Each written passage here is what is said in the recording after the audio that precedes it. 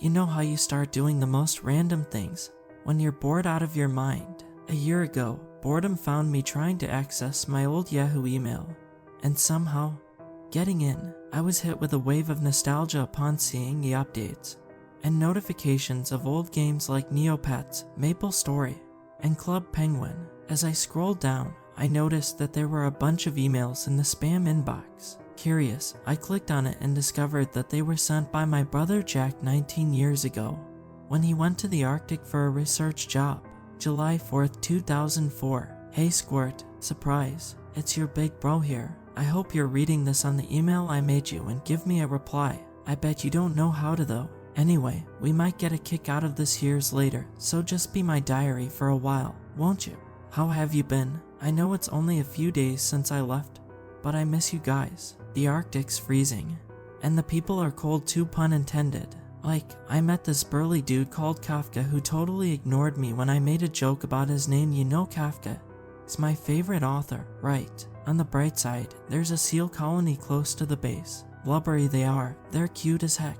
I wonder if they'll let me bring you one back as a souvenir. Peace, the best big bro ever, Jack. July 9th, 2004. Yo, 5 days in the job, baby. Phew, mom and dad doing okay? I wasn't getting much work at first, but the guys have entrusted me with a lot more stuff to do, mostly lab work.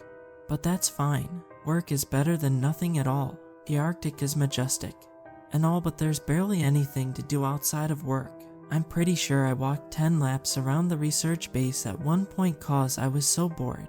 The internet's bad too, and only the email software works. The people here are literal zombies. It's sunny the whole day, but they act like the joy's been sucked out of them. Maybe the cold's gotten to their heads. Anyway, I'm sure that'll change when I make the biggest Arctic breakthrough. They'll be cheering in no time. Your brother's a genius after all. Cheers. Genius, Jack. July 14, 2004. Hey bro, how's the summer holidays? Did you go anywhere fun? I'm finally allowed to go on outside expeditions catching seals and tagging them, mostly. That's fun. There's something damn weird though. Some dude came to the base, and the people are all happy now for some reason. They call him Reverend. He dresses like a priest even though it's cold as heck. He seems like a nice dude, but it's weird that he showed out of nowhere. I asked around about who he was and they just told me that he was a former researcher who found the truth. As for what the truth is, I got zero clue. Guess I'll play detective for a while. Catch you later, alligator. Sherlock Jack. July 16, 2004. Dear lowbrow, how are you? Got any new crushes? I got a crush, literally. A chubby seal bit me and my arm was crushed.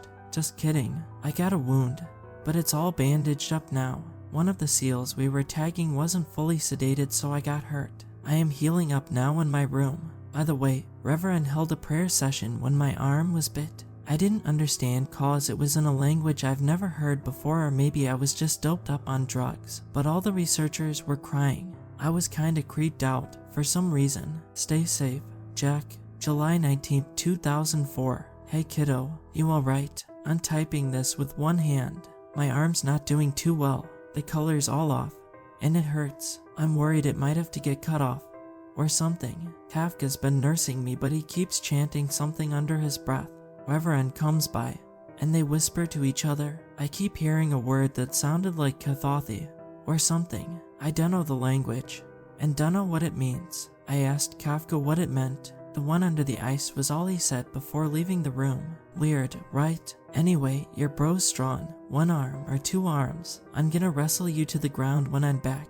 Love you, Jack.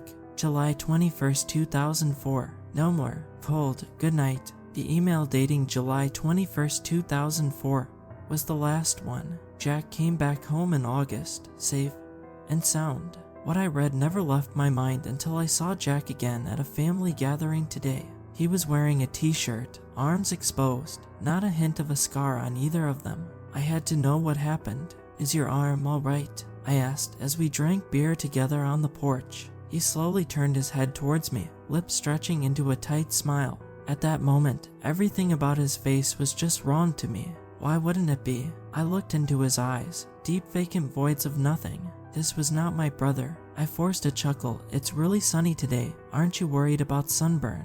You used to get that a lot. He's expressionless, and silent for a moment, eyes boring into mine as if probing for something. I didn't realize that I was holding my breath until his features snapped back into a cold smile. "I've missed you, little brother.